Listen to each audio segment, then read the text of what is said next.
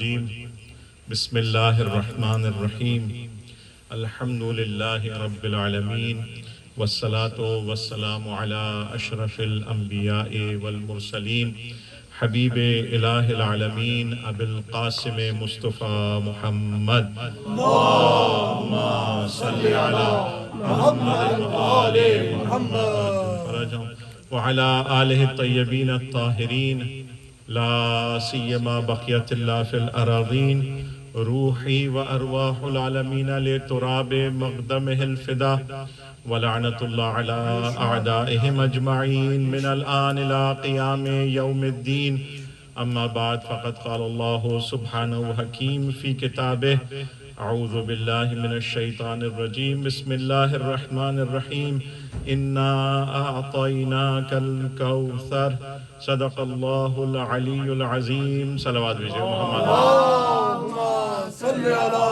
محمد وآل محمد۔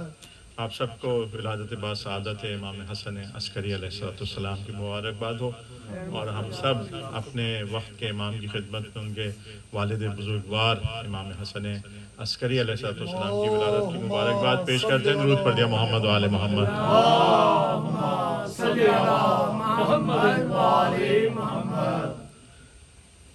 ایک سلسلہ خداوند متعال نے اس آیہ کوثر کے اندر بیان فرمایا، اور میں اکثر یہ بات ممبر سے عرض کرتا ہوں کہ قرآن مجید کی ایک ایک لائن خدا کا کلام اور اس کے ریفلیکشنز کتنے ہوں گے۔ ہم ایک ظاہری طور پر سمجھنے کی کوشش کرتے ہیں، اگر وہ اہل علم نہ ہوں کہ جن کو خداوند متعال نے راسخون فی العلم قرار دیا ہے، تو ہمیں تو کچھ پتہ بھی نہ چلے۔ اور آج میں کسی نے، بلکہ وہ میرا اسٹوڈنٹ تھا یونیورسٹی کا پاکستان میں، تو اس نے اپنا ایک اسکول کھولا ہوا ہے ایک نئے طرز سے، اور وہاں پہ وہ ایک پوڈ کاسٹ کرتا ہے۔ اس میں ایک بڑا ہی فلسفی آدمی کو لے کر آئے، وہ گفتگو ہے، وہ ان کا بڑا مرید ہے۔ تو وہ گفتگو کر رہے تھے ایک صاحب کے بارے میں انڈیا سے، اور انہوں نے کہا کہ اس کی ولادت پیغمبر اکرم کی ولادت کے 50 سال کے بعد ہوئی، لیکن اس نے تصوف اور عرفان میں وہ دیا کہ پتہ نہیں کیا کر دیا۔ تو میں نے کہا پھر رسول کی ضرورت کیوں پڑی؟ جب اسی کو دینا تھا سب کچھ تو رسول کو دینے کی کیا ضرورت تھی؟ اب انہوں نے آدھا گھنٹہ گفتگو کی اور اس کا بتاتے رہے، لیکن کہیں اس کا کوئی ریلیشن شپ رسول اکرم سے نہیں جڑا، اور وہ اس کو علم سمجھتے ہیں۔ یہی گفتگو کل رات کو بھی میں نے، اور بلکہ گزشتہ 2 راتوں سے میں 2 ہفتوں سے انجام دے رہا ہوں کہ علم کی ڈیفینیشن ہمارے لیے کیا ہے، ہم علم کیا سمجھتے ہیں۔ اور ابھی جیسے بات کی کہ وہ 12 دری اور نور کے وہ دروازے اور یہ سارا کچھ ہونا، یہ کوئی تخیلاتی بات نہیں ہے، یہ کوئی امیجنیشن نہیں ہے ہمارا کہ ہم یہ کہیں گے جناب اچھا یہ ہماری عقیدت ہے ہم نے بیان کر دی۔ نہیں، ایسا نہیں ہے، بلکہ یہ حقیقت ہے۔ معصومین اس کو فرما رہے ہیں، اور اپنی ارشادات میں انہوں نے اس کو فرمایا کہ یہ ایسا نہیں ہے کہ آپ جائیں علم کہیں گے کسی بھی در سے حاصل کر لیں اور آپ خدا تک پہنچ جائیں گے، ممکن نہیں ہے۔ خدا نے راستہ ہی وہ قرار دیا ہے، اس راستے کے علاوہ کوئی قرار ہی نہیں دیا۔ اِنَّا آتَيْنَاكَ الْكَوْثَرَ، ہم نے جو کچھ دیا ہے اے حبیب صرف آپ کو دیا ہے۔ آتَيْنَاكَ، دے دیا ہم نے، اور ایسے دیا ہے کہ اب اس سے کوئی واپسی نہیں ہوگی۔ عربی کے اندر، یا آپ نے سنا ہوا ہوگا، بس ایسے عرض کر رہا ہوں تبرکاً، کہ جب ہم آتینا استعمال کرتے ہیں تو 2 طرح سے، ایک تے سے اور ایک توئے سے۔ تو ان میں فرق کیا ہے؟ جب خداوند متعال قرآن میں آتینا کہتا ہے یا آتئی کا تے کے ساتھ نقطے والی، تو اس کا مطلب ہے کہ دیا ہے، اگر انجام نہیں دیا تو واپس لے لیں گے۔ لیکن جب توئیں کے ساتھ استعمال کر رہا ہے تو اس کا مطلب ہے بس دے دیا، اب اس میں کوئی واپسی نہیں ہے۔ تو خداوند متعال کہہ رہا ہے بھائی ہم نے آپ کو دے دیا، اب اس میں کوئی سب کچھ دے دیا۔ یہ ایک لفظ اتنا جامع ہے قرآن کے اندر کہ اس کی تفسیر 7 زمانے بھی گزر جائیں تو انجام نہیں دے سکتے، کہ خداوند متعال عنایت فرما رہا ہے، اور ان عنایتوں کو خدا نے سلسلوں میں رکھا۔ کڑیوں میں رکھا. اگر خدا کی اس پلاننگ کو دیکھا جائے، اور میں اکثر ذکر کرتا رہتا ہوں کہ جس کے مقابلے میں شیطان کھڑا ہو گیا، اس نے کہا نہیں میں نہیں مانوں گا، تو مجھے بننا تھا. اب جو خدا کے مقابلے میں آ کر بن جائے وہ کچھ بھی ہو لیکن صرف شیطان کا نمائندہ ہے خدا کے مقابلے میں. وہ کہا جی مجھے بننا ہے، نہیں بننا نہیں ہے، تو خدا کا اختیار ہے. کسی کا اختیار ہی نہیں ہے. تو خداوند متعال اس زمانے سے، یعنی وہ جو زمانے کا آغاز ہوا، ہمارے لیے زمانے کا آغاز خدا نے قرار دیا، وہاں سے جو گفتگو، جو بحث، جو منصوبہ بندی ہے ساری کی ساری، اس کو خدا نے کہاں رکھا ہے، کب رکھا ہے. اور یہ میں عرض کرتا رہتا ہوں، اگر ہم ان علوم کے دروازوں کو بند کرتے خدا تک پہنچنے کے لیے، یہ سائنس وائنس خدا تک نہیں پہنچاتی. اس کا ہے ہی مادیات کے اندر، سارے بندے تک نہیں پہنچاتی. آج وہ ایک صاحب کہہ رہے تھے جمعے کے بعد، انہوں نے وہ کافی تھی تو انہوں نے کہا ابھی نئی ریسرچ ہوئی ہے کہ اگر آپ کافی پئیں تو آپ کے دل کے لیے مفید ہے. میں نے کہا سرکار میں ایسی ریسرچ کے اوپر یقین نہیں کرتا. کل کو کہیں گے جناب بیماری ہو گئی کیونکہ آپ پتہ چلا کہ نہیں وہ یہ چیز اس میں شامل تھی، تو خود سائنس خود کہہ رہی ہے کہ جناب میں مکمل نہیں ہوں، تو سائنس نہیں پہنچاتی. سائنس ہمیں بتا دیتی ہے نشانیاں کیا ہیں. اگر ان نشانیوں پر یقین آ جائے تو خدا تک پہنچو گے، اور اگر ان نشانیوں پر رک گئے تو خدا تک نہیں پہنچ سکتے. تو وہاں آگے لے جانے کے لیے سائنس نہیں ہے ہمارے پاس. سائنس کتنا بھی ٹریول کر لے وہ زمان اور مکان کی قید میں رہے گی، زمان اور مکان سے نہیں نکل سکتی. خدا اپنے دیے ہوئے علم کی ایک جھلک جناب سلیمان کے زمانے میں بتا رہا ہے، ایک جھلک ہے. اب اس 21st سینچری میں اگر کہیں کہ تمہارا علم بہت ایڈوانس ہو گیا، لاؤ ذرا اس کے برابر کر کے دکھاؤ. اسی لیے خدا نے وہاں شرط لگا دی، یہ کل علم نہیں ہے، یہ من الکتاب اس کے پاس تھوڑا سا ہے. اس لیے یہ کیا کر رہا ہے، یہ زمان و مکان اس کے لیے کوئی حیثیت نہیں رکھتے. تو اگر ہم سائنس پہ جائیں تو سائنس ہمیں کہیں نہیں پہنچاتی سوائے اس کے کہ ایک آیت، ایک نشانی خدا کی ہمارے سامنے پیش کر دے. اس لیے خداوند متعال اس زمانے سے، تو اب یہ سائنس کے سلسلے میں جو عرض کر رہا تھا، جب ہم کہتے ہیں جناب سقراط، بقراط اور ارسطو کیا تھے، کیا ان کی شخصیات تھی، انہوں نے کیا کچھ کہہ دیا. اچھا سرکار یہ کیا کچھ انہوں نے کہا تو کیا رسول اللہ کے بغیر کہا، کیا مولا متقیان کے بغیر کہا انہوں نے؟ اگر بغیر کہا تو کچھ نہیں ہے، یعنی وہ صرف عقل کا دھوکہ ہے. اور اگر ان سے لیا تو یہ اللہ کی منصوبہ بندی ہے کہ جس کو مولا فرمانے عرض کر چکا کہ میں ہر قوم کے ساتھ آیا اور ہر قوم کے پاس میرے نام ہے، اور میں محمد مصطفیٰ کے ساتھ ظاہر میں آیا.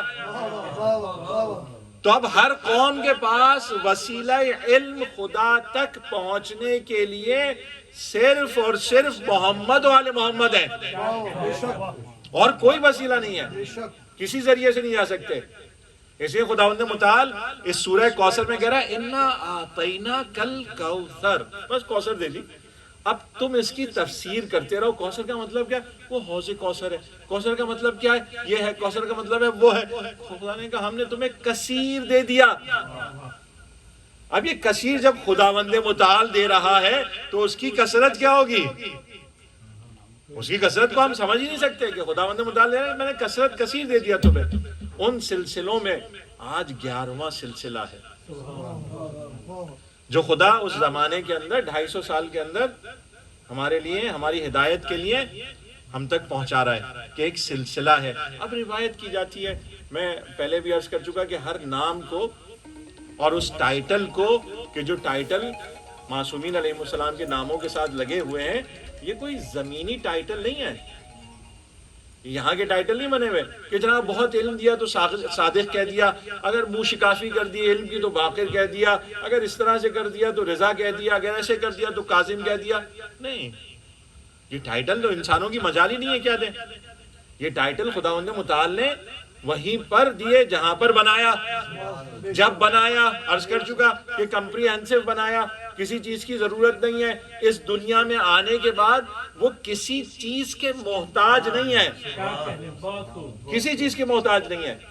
جو کام ہے صرف حفظ مراتب کے اوپر ہو رہا ہے. یہ رسول اللہ ہے, یہ مولا متقیان ہے, یہ بی بی ہیں, یہ پہلے امام, یہ دوسرے امام, بس حفظ مراتب ہے جس کو رکھا جا رہا ہے. ورنہ جو کچھ خداوند متعال نے عنایت فرمایا وہ اسی وقت عنایت فرمایا جب خلق کیا. کیونکہ مجھے پتا نہیں ہوتا کہ جب میں کسی چیز کو بنا رہا ہوں تو اس کا آؤٹ کم کیا ہوگا. میرے اپنے اسپیکولیشنز تھے جناب, 4 اینگلز میں میں نے سوچ لیا یہ بنے گی گاڑی تو ایسے ہو جائے گا, لیکن 5واں نہیں پتا تھا کہ بیٹری پھٹ بھی سکتی ہے. مجھے نہیں پتا تھا کہ اس ٹیمپریچر میں جائے گی. مثال کے طور پر میں نے بنا دیا, لیکن جب خداوند متعال خلق فرما رہا ہے, تخلیق کر رہا ہے, تو وہاں پر اب اس کے لیے یہ بات نہیں کہ یہ کیا کرے گا اور کیا ہوگا. اسے سب کچھ پتا ہے, وہ سب کچھ جانتا ہے, اس لیے منتخب کر رہا ہے اور بھیجنا ہے. اس لیے وہ تمام ٹائٹلز, وہ تمام القاب جو معصومین علیہ السلام کے ساتھ روایتوں میں آئے, جو خداوند متعال نے عنایت فرمائے, وہ اس جہاں کے ہیں جہاں خلق فرمایا. اس لیے جب مولا امام حسن عسکری علیہ السلام کے بارے میں گفتگو کرتے ہیں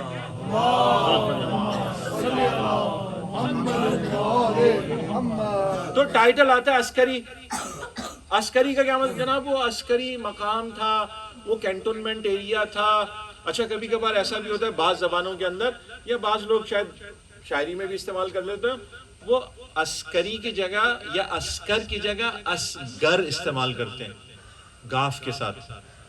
جب اصغر استعمال کیا جاتا ہے, جو کہ ہے نہیں, لیکن اگر اس کو ہم فارسی زبان کے اندر استعمال کریں, اردو زبان میں استعمال کریں تو ہے, اگر اس کو استعمال کریں تو اس کا مطلب یہ ہے کہ ایسا شخص جو بے اولاد ہے. اب آپ تبدیلی دیکھ رہے ہیں کس طرح سے کی جاتی ہے. وہ جو کہ بے اولاد ہے. اور عسکر کا مطلب الگ ہے. تو عسکر کو کیسے ڈیفائن کیا جناب؟ وہ کینٹونمنٹ ایریا میں رہتے تھے. نہیں, اب خداوند متعال خاص عسکری کا لقب دے کر یہ بتانا چاہ رہا ہے جو 12ویں کو وراثت ملے گی وہ ہوگی کیا. اب یہ نہ سوچنا کسی میزائل سے لڑے گا, کوئی توپ ہوگی, کوئی ٹینک ہوگا, کوئی جہاز ہوگا, کوئی ٹیکنالوجی ہوگی, کوئی اس طرح سے ہوگا. نہیں, اس کو تو وراثت میں اللہ کے لشکر مل رہے ہیں. باپ کا نام, عسکری لقب, خطاب, ٹائٹل دے کر خداوند متعال یہ بتانا چاہ رہا ہے کہ اب جو آئے گا تو وہ تمہاری ٹیکنالوجی پہ ڈیپینڈ نہیں کرے گا کہ سرکار ہمیں 100 جہاز دے دیجئے, 1000 ٹینک دے دیجئے, ہم بنا رہے ہیں, ہمارے پاس لوہا نہیں ہے, ہمارے پاس آئرن نہیں ہے, ہمارے پاس وہ نہیں ہے. خدا کہہ رہا ہے کہ اس کو تو وراثت میں ہم نے وہ لشکر دے دیے جو اس کے والد کے پاس تھے, اس لیے اس کو کسی کی ضرورت نہیں پڑے گی.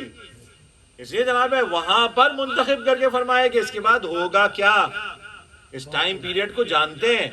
اس لیے جب ہم معصومین علیہ السلام کی روایات کو دیکھتے ہیں تو خود ذات گرامی پیغمبر اکرم سے لے کر اور 11ویں امام تک اور 12ویں امام بھی جب فرماتے ہیں تو انہیں پتا ہے کہ اب ایک زمانہ آئے گا کہ جب شیعوں کے لیے یہ ممکن نہیں ہوگا کہ وہ آسانی سے اپنے امام تک پہنچ جائیں.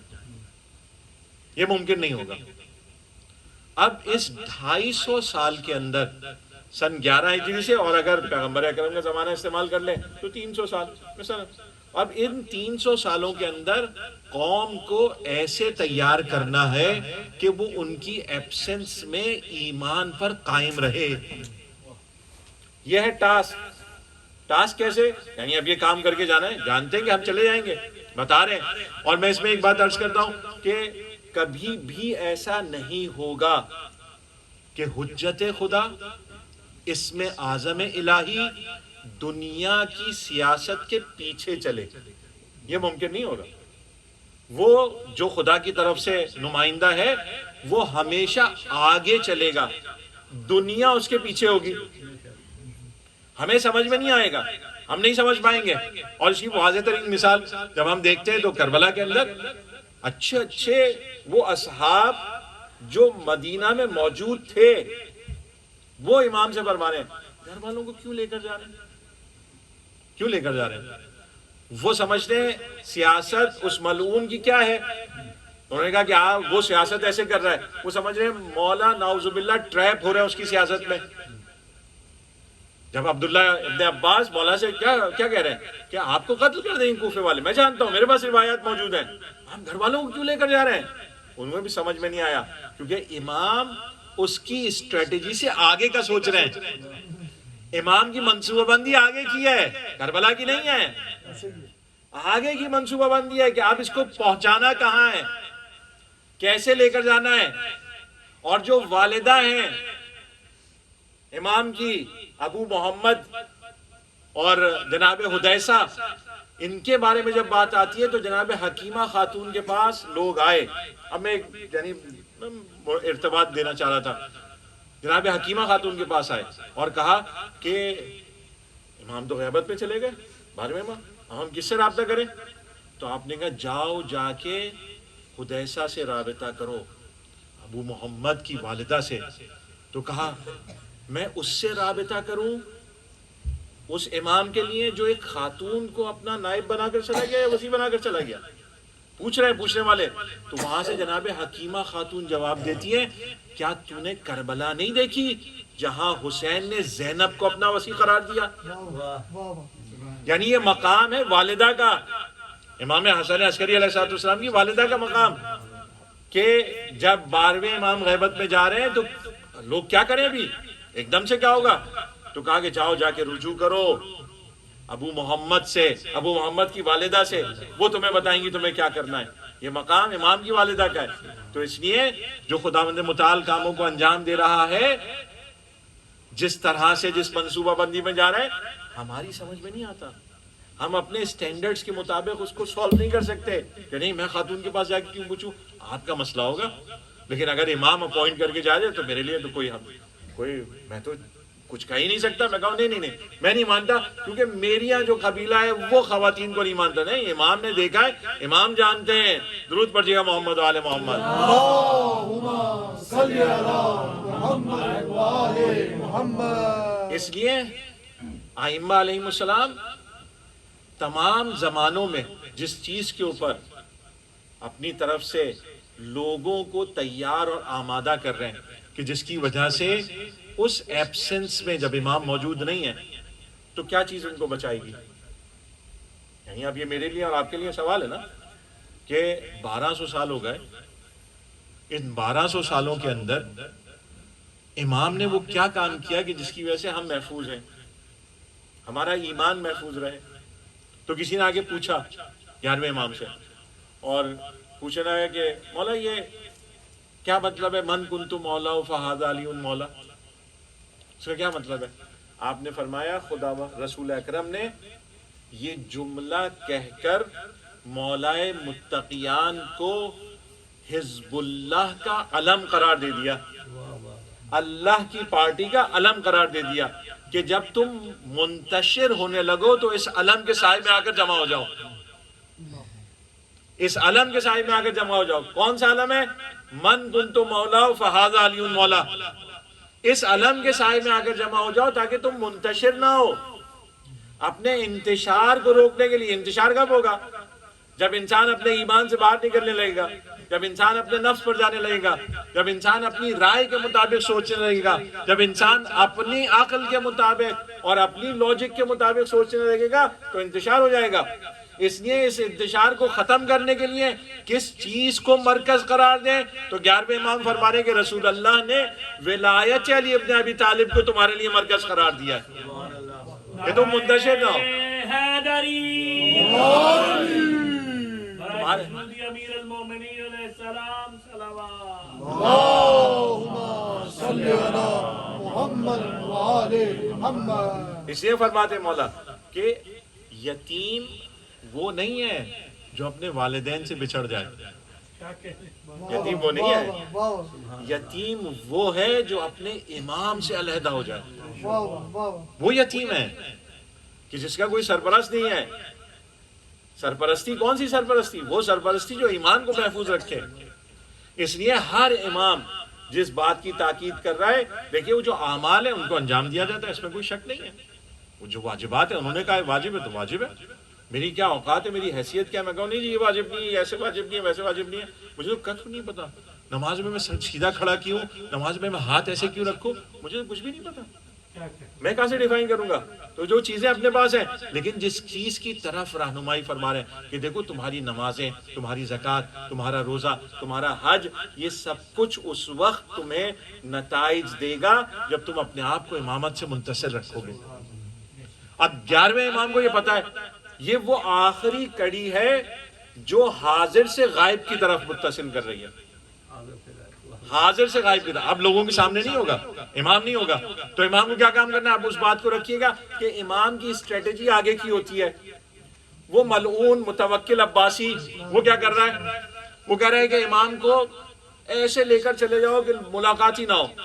بھئی امام کا 232 ہجری امام کی ولادت, 11 سال مدینہ میں رہے, 10 سال والد کے ساتھ سامرہ میں رہے, اور 6 سال کی امامت, کل 28 سال کی زندگی امام کی. ان 6 سالوں میں سے 3 سال امام قید میں ہیں. جو ہم کہتے ہیں نا کہ نہیں ایسے رکھا گیا, ایسے نہیں, 3 سال قید میں ہیں. اس 3 سال کی قید کے باوجود امام کے اصحاب کو شیخ طوسی جب ذکر فرما رہے ہیں کہ کتنے اصحاب ہیں جنہوں نے روایت لی ہے, ایک جگہ 263 ہے, 263, اور ایک جگہ 103 اصحاب ہیں جنہوں نے روایات نقل کی امام سے جو معتبر ہیں.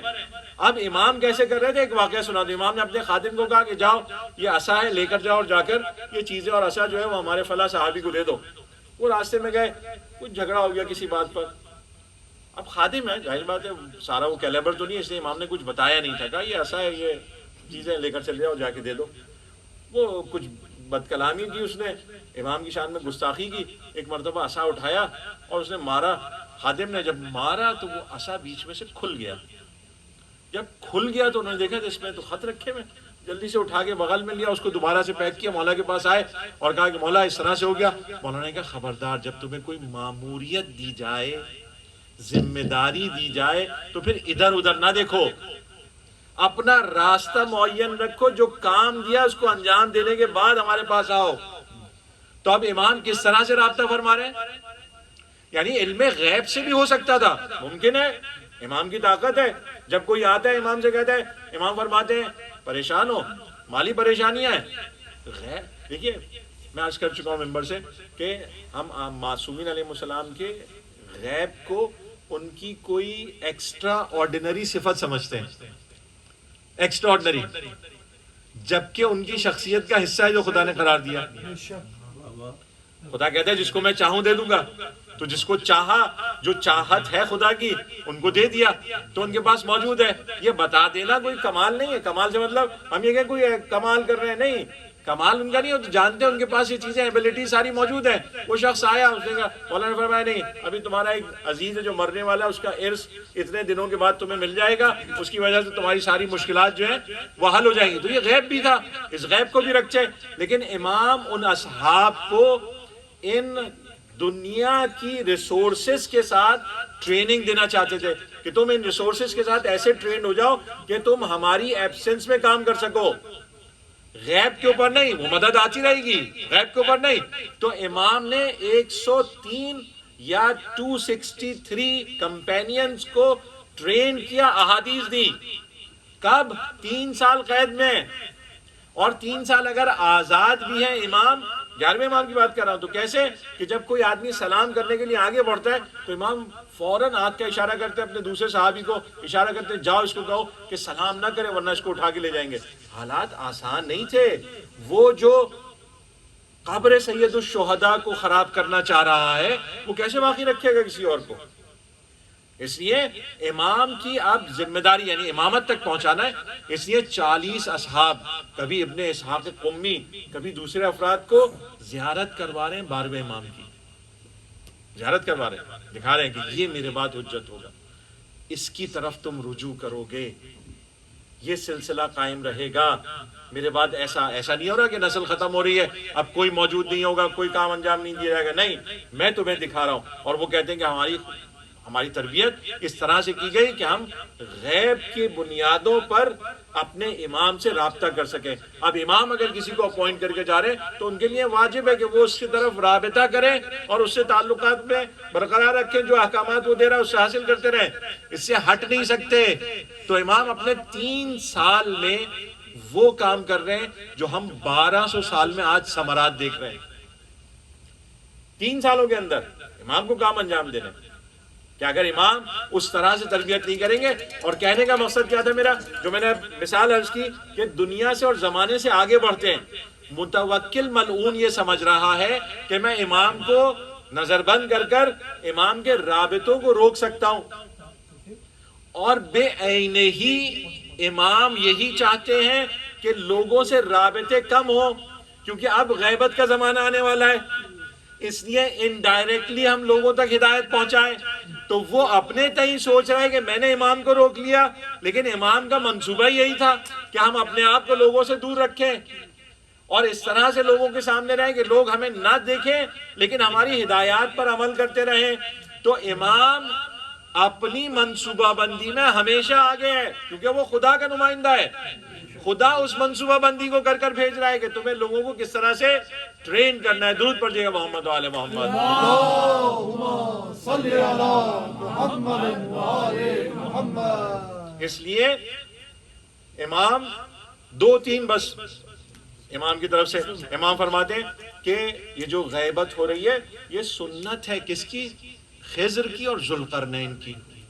امام فرما رہے ہیں اپنے اصحاب کو یہ سنت ہے, یعنی تربیت اپنے اصحاب کی غیبت کے کانسیپٹ کے اوپر کہ اگر امام نہیں ہوں گے تو کیا ہوگا, لوگ تم سے آ کر اعتراض کریں گے. یعنی حتیٰ اگر ہم کتابوں میں دیکھیں تو شیخ مفید نے غیبت امام کے اوپر کتاب لکھی, لیکن اپنی تمام ابوہت کے باوجود, شیخ مفید بہرحال ایک نام ہے, اس کے باوجود انہوں نے جو کتاب لکھی اس میں جو دلیلیں دی انہوں نے وہ صرف ایسی دی کہ ایک انسان 100-150 سال کے لیے زندہ ہے تو یہ ممکن ہے, وہ دلیلیں دے دی. وہ کتاب ختم ہوگی 150 سال کے بعد. اب کیا کریں, اب کیسے ثابت کریں؟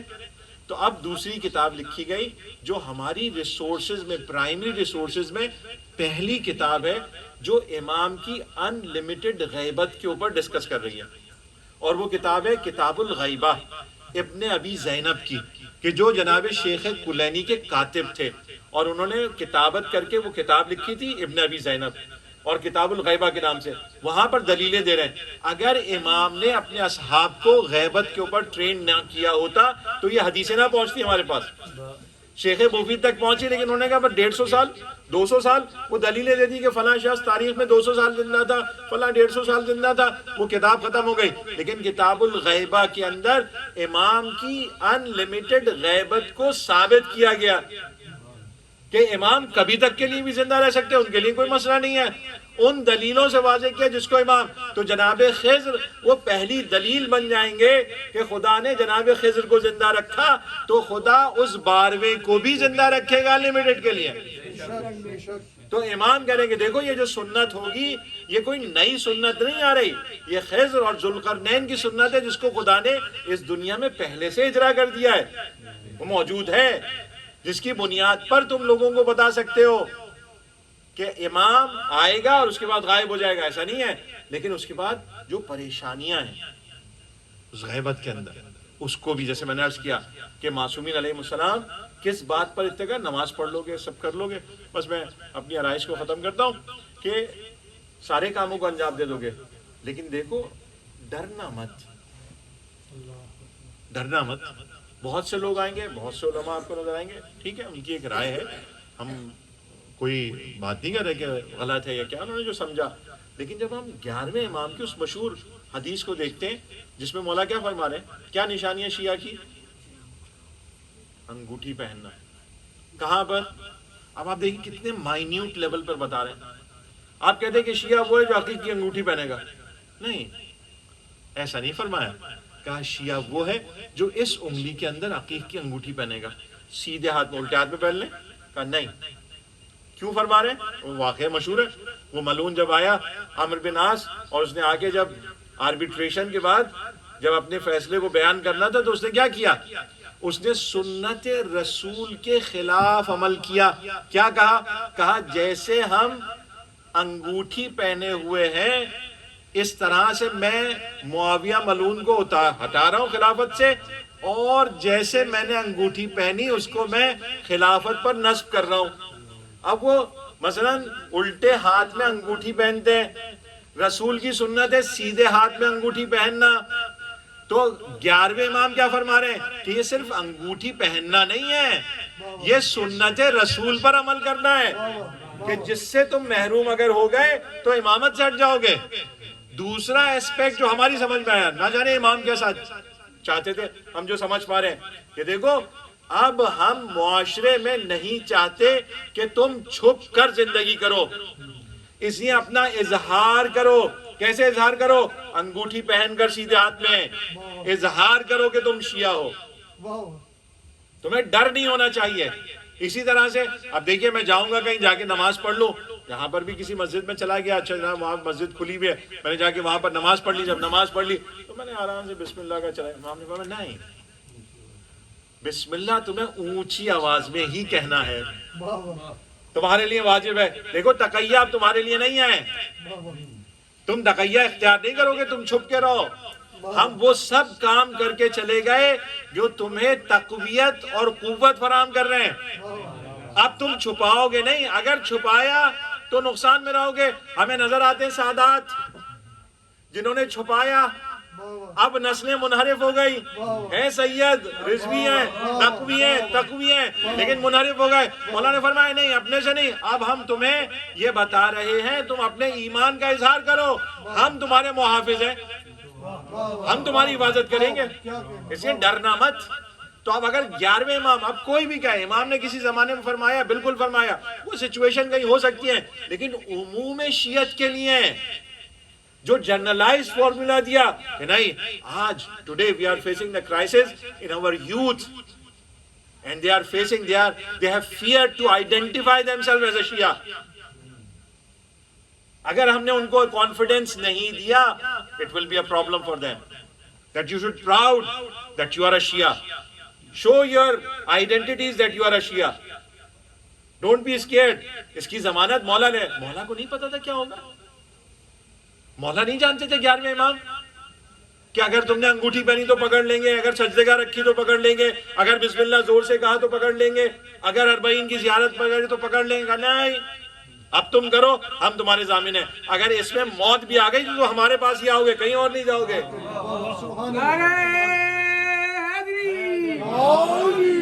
تمہاری دنیا کی بھی حفاظت کریں گے، تمہاری آخرت کی بھی حفاظت کریں گے. اس لیے یہ بہت ہم لائٹلی لے لیں گے نا، اچھا یہ شیعوں کی نشانیاں ہیں. نہیں، نشانیاں نہیں ہیں، یہ اسٹریٹجی ہے، یہ پلاننگ ہے، یہ فیوچر میں رہنے کا طریقہ ہے. کہ دیکھو شیعہ ہو، آج آپ کو وہ نظر آتے ہیں سب اپنی کالونیز میں رہتے ہیں، ان کا ایک بھی بچہ پبلک اسکول میں نہیں پڑھتا. ٹھیک ہے، ان کی بھی پرابلمز ہے، نہیں کہہ رہا کہ نہیں ہے، ایک بھی بچہ. یہ کہاں سے آیا؟ یہ انہوں نے خود سے لیا، انہوں نے خود سے لیا. نہیں، جناب یوسف کی وصیتیں ہیں کہ تمہیں رہنا کیسے. اپنی مرضی کی وصیتیں چھوڑ دیتے ہیں، لیکن جو کام کی وصیتیں ان کو رکھا ہے. کہا وہاں فرمایا جناب یوسف جب انتقال ہو رہا تھا تو جناب یوسف نے بلایا اور کہا کہ اب تم رہو گے کیسے.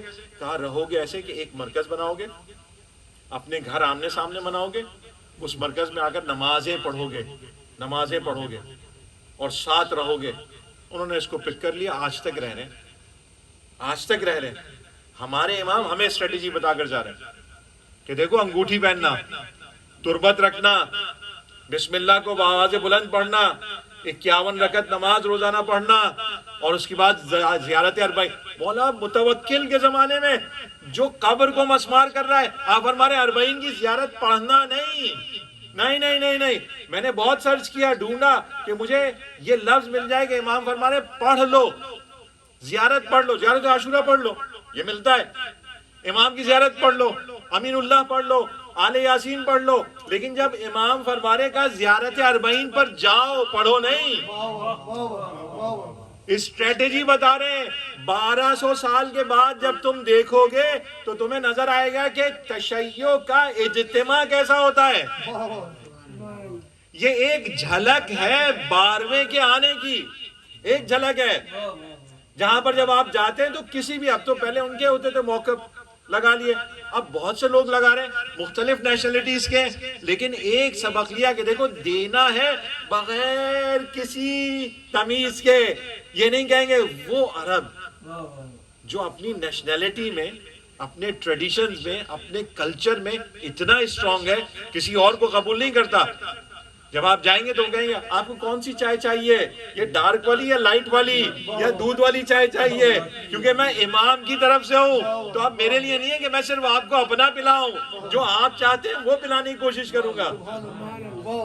تو امام وہاں پر اسٹریٹجی بنا کر گئے، زیارت الاربعین پڑھنا نہیں جا کے کرنا ہے. تو ہمیں اپنے امام کی زندگی کے اندر جو امام ہمیں دے کر جا رہے ہیں، جو عنایت فرما رہے ہیں، وہ ایسی چیزیں کہ جو ہماری زندگی، ہمارے عقیدے، ہماری اس دنیا اور ہماری اس دنیا کی ضمانت گارنٹی دیتی ہیں کہ اگر آپ نے ادھر سے ادھر کیا اور اگر ہم نے اس کو ادھر سے ادھر کیا تو پھر بڑا مشکل ہو جائے گا. وہ پھر بھی نہیں چھوڑتے. وہ میں واقعہ عرض کر چکا بس اور ختم. چھٹے امام کے زمانے میں آپ تشریف لے گئے، گلی کے اندر جا رہے تھے، آگے سے بند گلی تھی، تو ایک آدمی بیچارہ وہ ایسی مشروب پی رہا تھا. تو اس نے جب امام کو دیکھا تو اپنا منہ موڑ کر دیوار کی طرف کھڑا ہو گیا. امام تو پہچانتے ہیں. امام اس کے نزدیک آیا اور کہا کہ دیکھو گناہ بھی کرو تو ہم سے منہ مت موڑنا، کیونکہ ہم ہی کروائیں گے، اور کوئی نہیں ہے، ہم ہی کروائیں گے. اس لیے یہ نہیں کہہ رہا کہ کوئی نکل گیا تو اس کا واپسی کا راستہ نہیں ہے. بھائی میری اوقات نہیں ہے میں کسی کو کہوں کہ وہ نکل گیا اور امام کی حدود کو معین کروں کہ جناب آپ اس کو نہیں لا سکتے. یہاں پر تو کہتے ہیں کہ شم ملون تک کو امام کہہ رہے ہیں دیکھ ہٹ جا، میں ضمانت دے دوں گا تیری آخرت کی. ابھی عمل انجام نہیں دیا، میں ضمانت دے دوں گا تیرے کاموں کی، ہٹ جا، میں شفاعت کر دوں گا. کوئی ہے دنیا میں اتنے بڑے جگر کا؟ تو ہم نہیں معین کر سکتے. کوئی نکل گیا، ہماری دعا یہی ہے کہ وہ سب واپس آئیں، امام کے راستے پر چلیں. میں اپنی زندگی معصوم تو نہیں ہوں، انحراف ہو جاتا ہے، لیکن امام فرمائے دیکھو ہم ہی تمہیں دیں گے.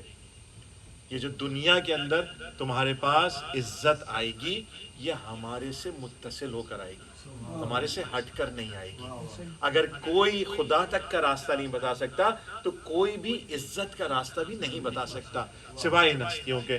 انشاءاللہ خداوند متعال ہمیں معصومین علیہ السلام کے ان احکامات پر جو انہوں نے ہمارے لیے ارشاد فرمائے عمل کرنے کی توفیق عنایت فرما. خدایا تجھے واسطہ ہے اس 11ویں کی ولادت کا، اس وجود بابرکت کا.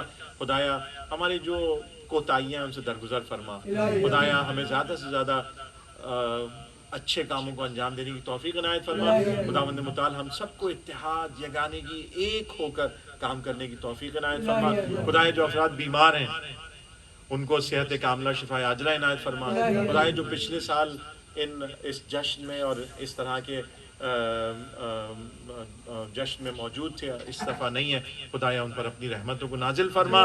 خدایا ہمارے گھروں کو، ہمارے دلوں کو نور قرآن و نور اہل بیت سے منور فرما. خدایا امام زمانہ کے ظہور میں تعجیل فرما، ہمیں ان کے اصحاب و اعوان میں شمار فرما. خدایا ہمیں ان کی رکاب میں شہادت کی توفیق عنایت فرما. بر محمد و آل محمد صلوات.